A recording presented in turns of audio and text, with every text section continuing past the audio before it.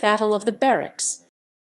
The Battle of the Barracks, Croatian Bitka za vojarne, was a series of engagements that occurred in mid to late 1991 between the Croatian National Guard Zbor Narodne Guard ZNG, later renamed the Croatian Army, and the Croatian Police on one side, and the Yugoslav People's Army Jugoslovenska Narodna Armija (JNA) on another. The battle took place around numerous JNA posts in Croatia, starting when Croatian forces blockaded the JNA barracks, weapons, storage depots, and other facilities. It formally began on 14 September. Its objective was to neutralize the JNA positions in ZNG-held territory and to secure arms and ammunition supplies for the poorly equipped ZNG. The Battle of the Barracks was an escalation of the conflict between Croatian authorities and the Croatian Serbs, who openly revolted in August 1990, and the JNA efforts to preserve the Yugoslav Federation. At the same time, Croatia made moves towards achieving independence from Yugoslavia. The Battle of the Barracks briefly preceded the start of the JNA campaign in Croatia, itself amended in early September to add relief of the blockaded barracks to the operation plans. However, the JNA advance was largely curbed by the ZNG, and it relieved few JNA facilities. The ZNG and the police captured small, isolated JNA posts and a number of large weapons depots and barracks, including the entire 32nd Varaždin Corps of the JNA. The move provided the Croatian forces with a sizable stock of weapons, including 250 tanks, hundreds of artillery pieces, and a large supply of small arms and ammunition, which proved crucial in defending against JNA advances in the early stage of the Croatian War of Independence. Some of the JNA facilities surrendered without fighting, while others put up armed resistance to the takeover. In some places, this caused civilian casualties because the barracks were situated in urban areas. Legal charges of abuse of or killing captured JNA personnel and charges of war crimes against civilian populations were filed in Croatia, but most defendants remain at large. In November, the JNA and Croatia reached several agreements to end the blockade and withdraw JNA from Croatia. The pullout was completed by 4 January 1992, except in areas around Dubrovnik and on the islands of Vis and Lastovo. The JNA maintained its presence there until the summer of 1992. As the JNA withdrew from the areas it controlled in Croatia, it was replaced by the UN peacekeepers agreed upon by the Vance Plan. Background: in 1990, ethnic tensions between Serbs and Croats worsened after the electoral defeat of the government of the Socialist Republic of Croatia by the Croatian Democratic Union Hrvatska Demokratska Zajednica (HDZ). The Yugoslav People's Army Jugoslovenska Narodna Armija (JNA) confiscated Croatia's territorial defense Teritorijalna obrana 2 weapons to minimize resistance. On 17 August, the tensions escalated into an open revolt of Croatian Serbs centered in the predominantly Serb-populated areas of the Dalmatian hinterland around Nin, approximately 60 kilometers (37 miles) northeast of Split, parts of the Lika, Kordun, Banovina, and eastern Croatia. Serbia, supported by Montenegro and Serbia's provinces of Vojvodina and Kosovo, unsuccessfully tried to obtain the Yugoslav presidency's approval of a JNA operation to disarm Croatian security forces in January 1991. The request was denied, and a bloodless skirmish between Serb insurgents and Croatian special police in March prompted the JNA itself to ask the federal presidency to give it wartime authority and declare a state of emergency. Even though the request was backed by Serbia and its allies, the JNA was denied on 15 March. Serbian President Slobodan Milosevic, preferring a campaign to expand Serbia rather than to preserve Yugoslavia with Croatia as a federal unit, publicly threatened to replace the JNA with a Serbian army and declared that he no longer recognized the authority of the federal presidency. The threat caused the JNA to gradually abandon plans to preserve Yugoslavia in favor of expansion of Serbia as the JNA came under Milosevic's control. By the end of March, the conflict had escalated to the first fatalities. In early April, leaders of Serb revolt in Croatia declared their intention to integrate the area under their control with Serbia. The government of Croatia viewed the area as a breakaway region. At the beginning of 1991, Croatia had no regular army. To bolster its defense, Croatia doubled police personnel to about 20,000. The most effective part of the force was 3,000-strong special police deployed in 12 battalions and adopting military organization of the units. There were also 10,000 regionally organized reserve police set up in 16 battalions and 10 companies. The reserve force lacked weapons. As a response to the deteriorating situation, the Croatian government established the Croatian National Guard Zbor Narodne Guard ZNG in May by merging the special police battalions into 4 all-professional guards brigades together consisting of approximately. The regional police, by then expanded to 40,000, was also attached to the ZNG and reorganized in 19 brigades and 14 independent battalions. The Guards brigades were the only units of the ZNG that were fully armed with small arms. Throughout the ZNG there was a lack of heavier weapons, and there was no command and control structure. The shortage of heavy weapons was so severe that the ZNG resorted to use of World War II weapons taken from museums and film studios. At the time, Croatian stockpile of weapons consisted of 30,000 small arms purchased abroad and 15,000 previously owned by the police. A new 10,000-strong special police was established then to replace the personnel lost to the Guards brigades. Prelude. Croatian views of the JNA role in the Serb revolt gradually evolved in January-September 1991. Croatian President Franjo Tudman's first plan was to win support from the European Community (EC) and the United States for Croatia. He dismissed advice to seize JNA barracks and storage facilities in the country. Capture of the JNA barracks and storage depots was first advocated by Šešelj in late 1990. He again urged Tudman to adopt the plan in early to mid-1991, while the JNA fought Slovenia's II in the 10-day war in June-July 1991. Šešelj's calls were echoed by Šime Dodon, who succeeded Šešelj as the defense minister in July. Šešelj remained in command of the ZNG. Tudman's stance was motivated by his belief that Croatia could not win a war against the JNA. The ZNG was limited to defense, even though the actions of the JNA appeared to be coordinated with the Croatian Serb military. The impression was reinforced by buffer zones established by the JNA after armed conflicts between the Croatian Serb militia and the ZNG. The JNA intervened after the ZNG lost territory. The JNA provided weapons to the Croatian Serbs, although most of the weaponry was provided from Serbia's II and Ministry of Internal Affairs stocks. In July 1991, Šešelj and Dodon's demands were backed up by a number of Croatian parliament members during a parliamentary debate. This led Tudman to dismiss Dodon the same month he was appointed defense minister, and Šešelj resigned his post on 3 August. The deteriorating situation in eastern Croatia, including JNA forces' removal of the ZNG from Baranja, intermittent fighting around Osijek, Vukovar and Vinkovci, increasing losses, and the growing conviction that the JNA actively supported the Croatian Serb revolt forced Tudman to act. On 22 August, he issued an ultimatum to the federal Yugoslav authorities demanding the withdrawal of the JNA to its barracks by the end of the month. The ultimatum stated if the JNA failed to comply, Croatia would consider it an army of occupation and take corresponding action. On 1 September, the EC proposed a ceasefire, and a peace conference was accepted by Tudman despite his ultimatum and by the Yugoslav presidency. The conference started on 7 September, but only 4 days later, the Croatian member and chair of the presidency Stjepan Mesić ordered the JNA to return to its barracks within 48 hours. The move was motivated by Tudman's impression that the conference would continue while the ZNG lost ground. Even though the order was disputed by other members of the body, it gave Croatia a justification to openly confront the JNA. Timeline. Prime Minister Franjo Gregurić proposed Tudman to implement Šešelj's plan.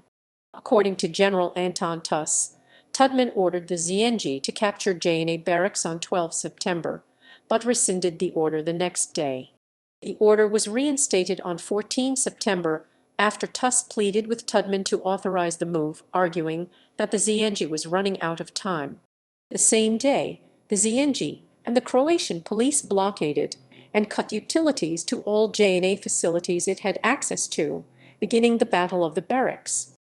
The move blockaded 33 large JNA garrisons in Croatia and numerous smaller facilities, including border posts and weapons and ammunition storage depots.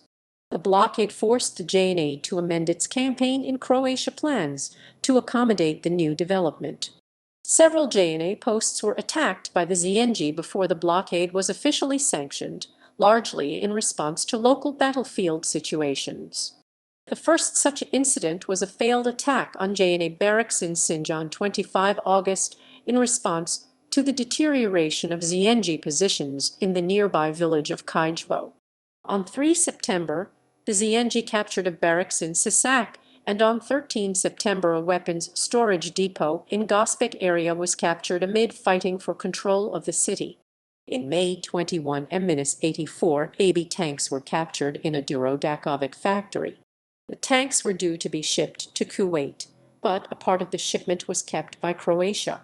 A train transporting JNA weapons from Slovenia to Serbia was captured in Slavonski Brod on 21 August.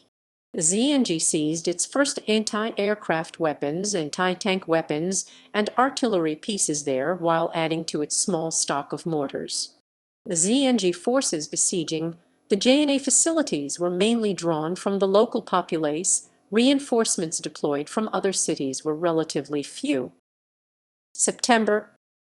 On 14 September, the day Croatian forces were ordered to blockade the JNA facilities, the ZNG and the police captured the JNA barracks in Plos, one of several barracks in Gospic, and one in nearby Peruza. The JNA garrison in Otočak north of Gospic also came under attack as the ZNG started to assault the barracks in the town. The Sopnica JNA depot near Zagreb and a JNA manned post on the Hungarian border near Pitomača were captured that day. In response to the blockade of their barracks in Vukovar, the JNA dispatched a force to relieve the siege.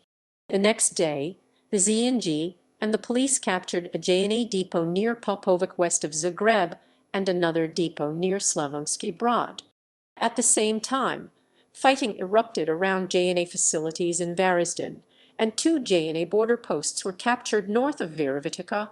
On 16 September, Croatian forces captured a JNA barracks and another storage depot in Slavonski Brod and 2 barracks in Ogulin, while fighting erupted around a JNA post in Ostarij. Croatian forces also captured the Zrnovnica missile base and JNA weapons storage facilities near Daruvar, Otočak, Kraj and Virovitica. On 17 September, Croatian forces captured the JNA barracks in Daruvar, Ogulin, Kakovic, Kraj Virovitica, Pozga, 2 JNA barracks in the Sibnik-Rogoznica area, and 1 in Varaždin. A JNA depot was captured near Zagreb Duboki Jara. On 18 September, 3 additional barracks in Varaždin, 1 near Rogoznica, and 2 in Dakovo together, with all remaining JNA facilities in Gospic, a nearby weapons storage facility, a communications facility near Gersnica, and dozens of border posts surrendered to Croatian forces. On 19 September, the ZNG clashed with the JNA garrison at the Lagorist barracks in Karlovac, captured a communications facility at Platic near Rijeka, an additional JNA barracks and a storage depot in Varaždin, restricting the JNA to the barracks housing headquarters of the JNA Varaždin Corps. By 20 September, when the JNA launched a campaign against the ZNG throughout Croatia, more than 60 JNA facilities in Croatia, including 15 barracks and 11 storage depots, had surrendered or were captured. The JNA barracks in Nasis surrendered on 21 September. The JNA Varaždin Corps surrendered the next day, providing the ZNG with a major cache of weapons. In the first few days of the blockade, the Croatian forces also captured several small JNA posts in Split, but no large JNA facility in the city. In mid-September, 7 JNA facilities in Zadar, including 3 barracks, were captured. The most significant captured facility was the Tursk Barracks, which contained a large cache of small arms and ammunition.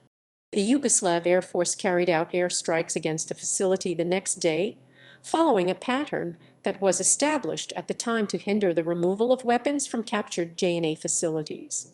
On 23 September, a ZNG assault on a large JNA weapons storage site in Sveti Rock located between Gospic and Zadar failed.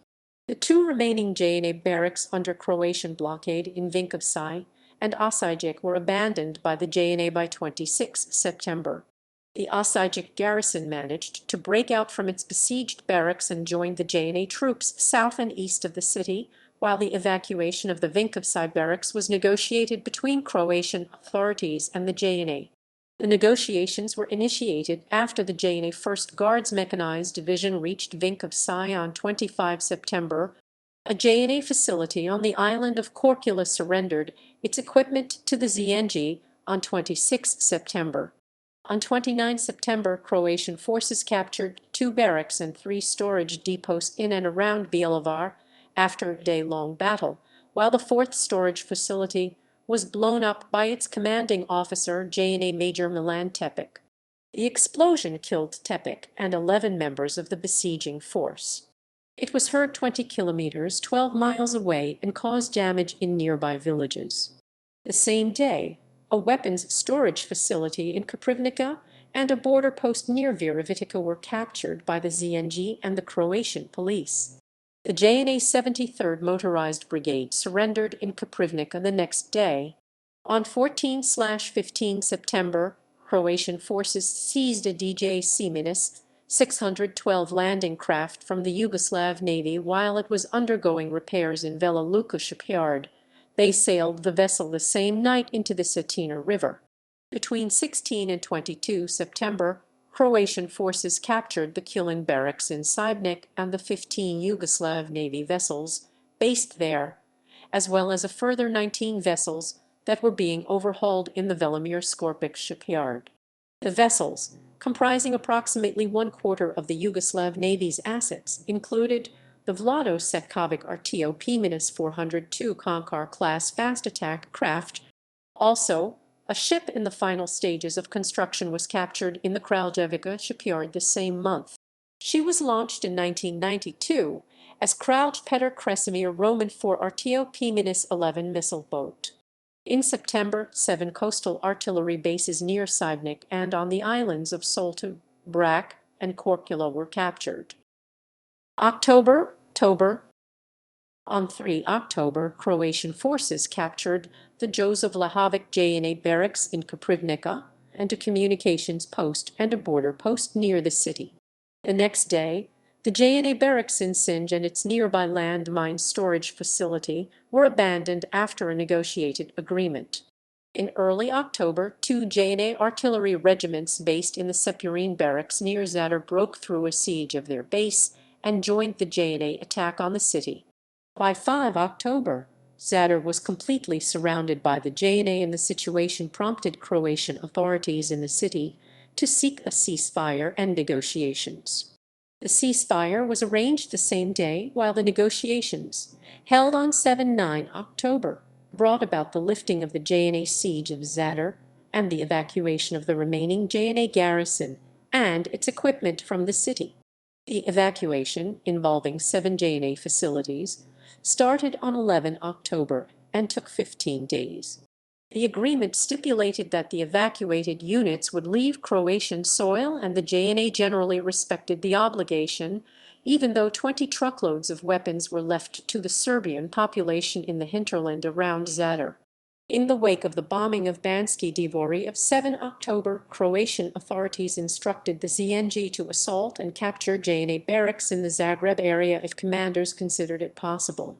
The instructions did not result in attacks in Zagreb itself, but JNA barracks in Samobor were captured by Croatian forces on the day of the bombing. The declaration of the independence of Croatia came into force the next day. On 13 October, The JNA mostly destroyed and abandoned its barracks at Ostarije, and a JNA weapons storage facility in Rijeka was damaged in a fire caused by a thunderstorm. The ZNG removed some weapons from the latter, while the firefighters were called in to save individual storage structures. The next day, the JNA began moving the remaining weapons from the damaged storage to elsewhere in the city.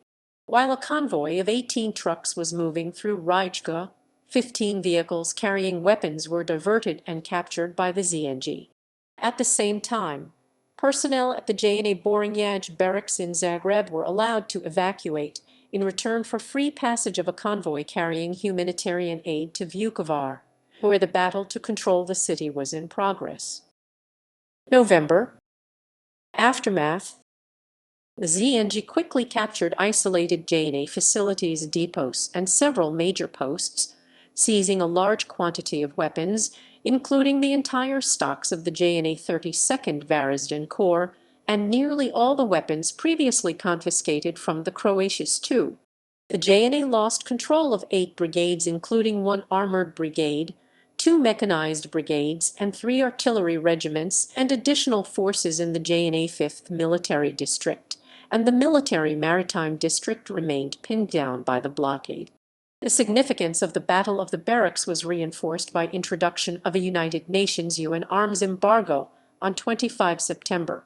The Battle of the Barracks resulted in a large increase of ZNG/HV capabilities, allowing complete arming of its existing units, raising of additional 42 brigades, and fielding 200,000 troops and 40,000 police by the end of the year.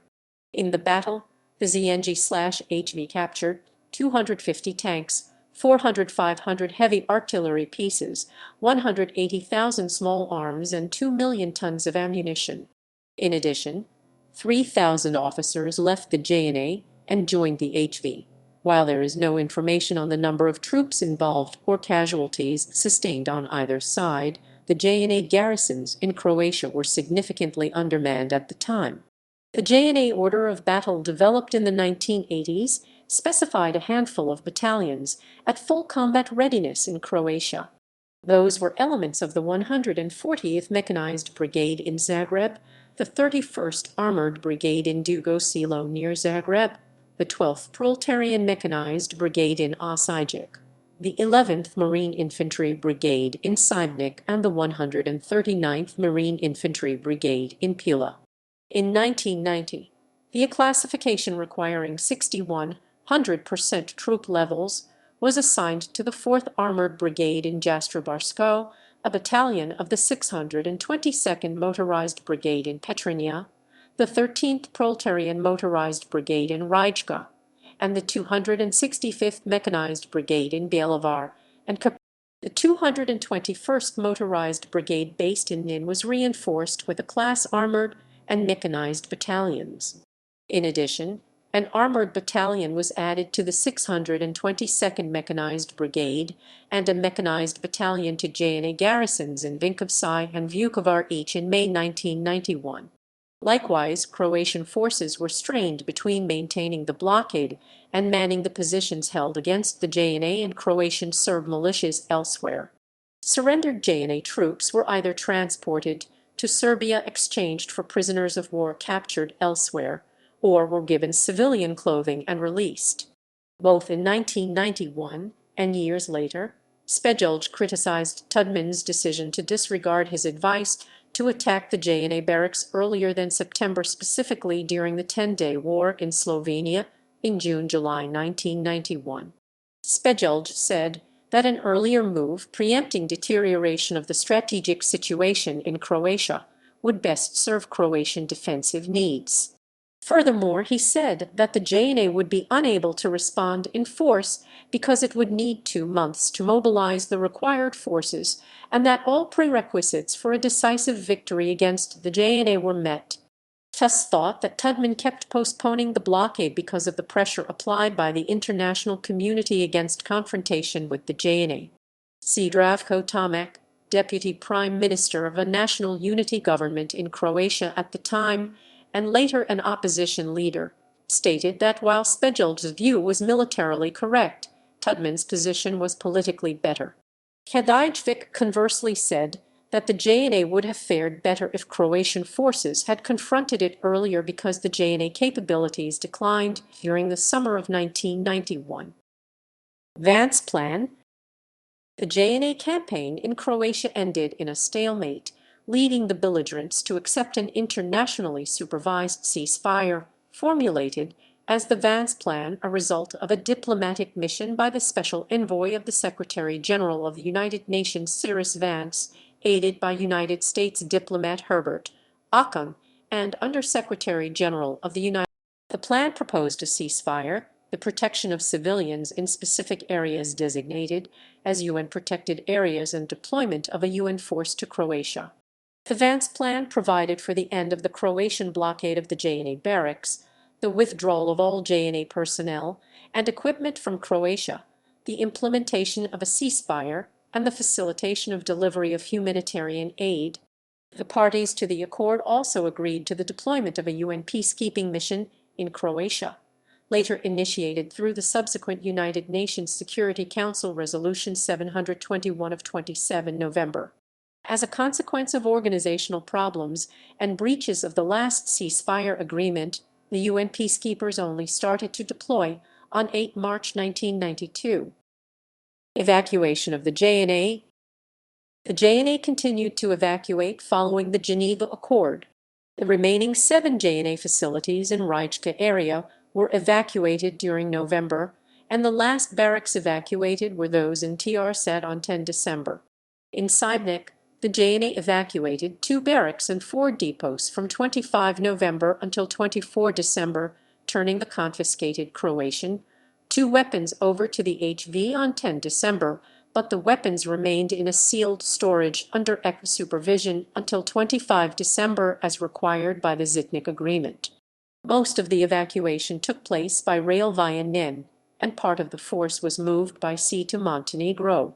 The evacuation agreement required, as in case of the Zadar evacuation, the removal of the evacuated units from Croatian soil. The JNA only partly fulfilled that criterion.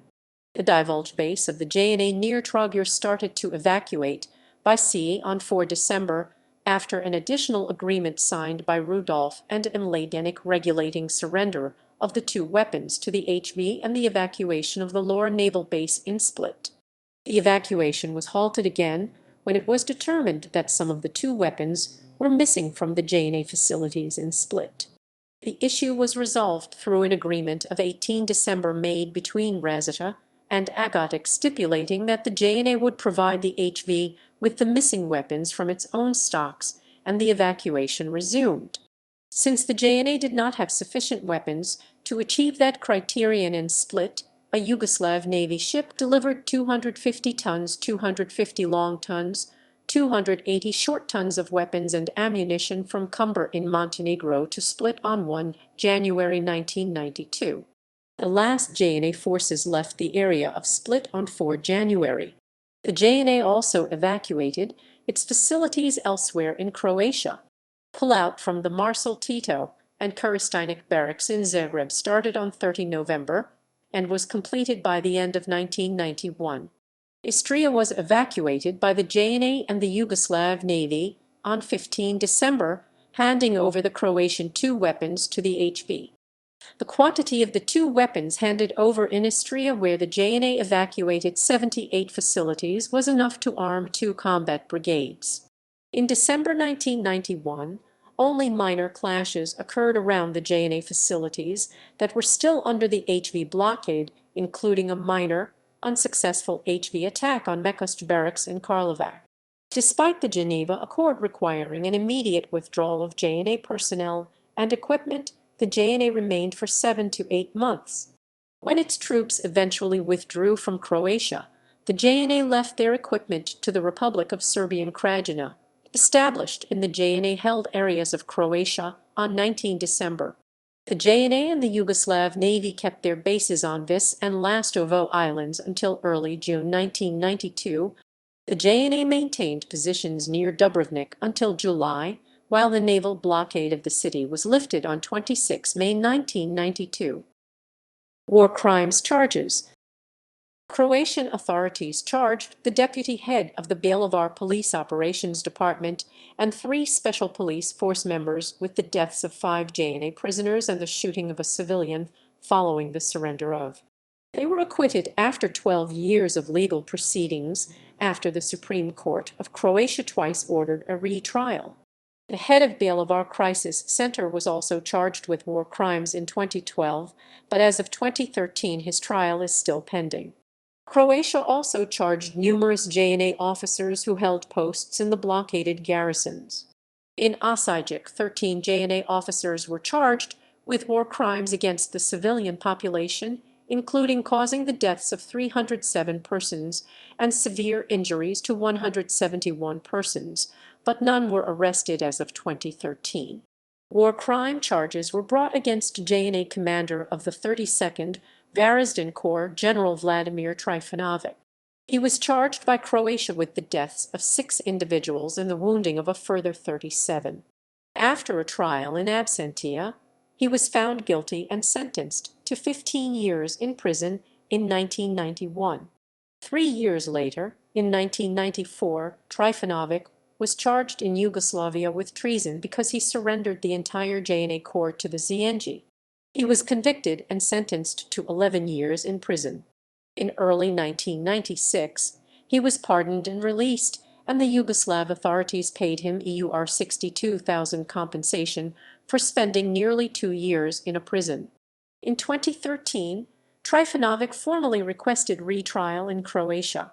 He died in Belgrade in January 2017. Footnotes: